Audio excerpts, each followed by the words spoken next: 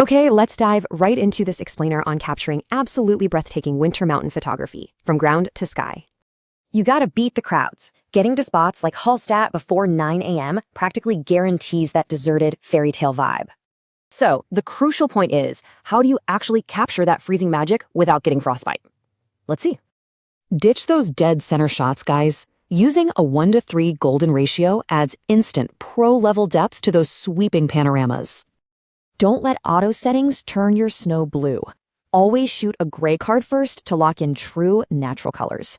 For that perfectly glistening sunlit snow, drop your ISO right down to 100. It keeps things super crisp. Also, a 15 to 20 millimeter wide-angle lens is absolutely essential to capture the crazy scale of those Alpine landscapes. Cold weather kills batteries fast. Top them out, warm them in your hand, and carry them close to you.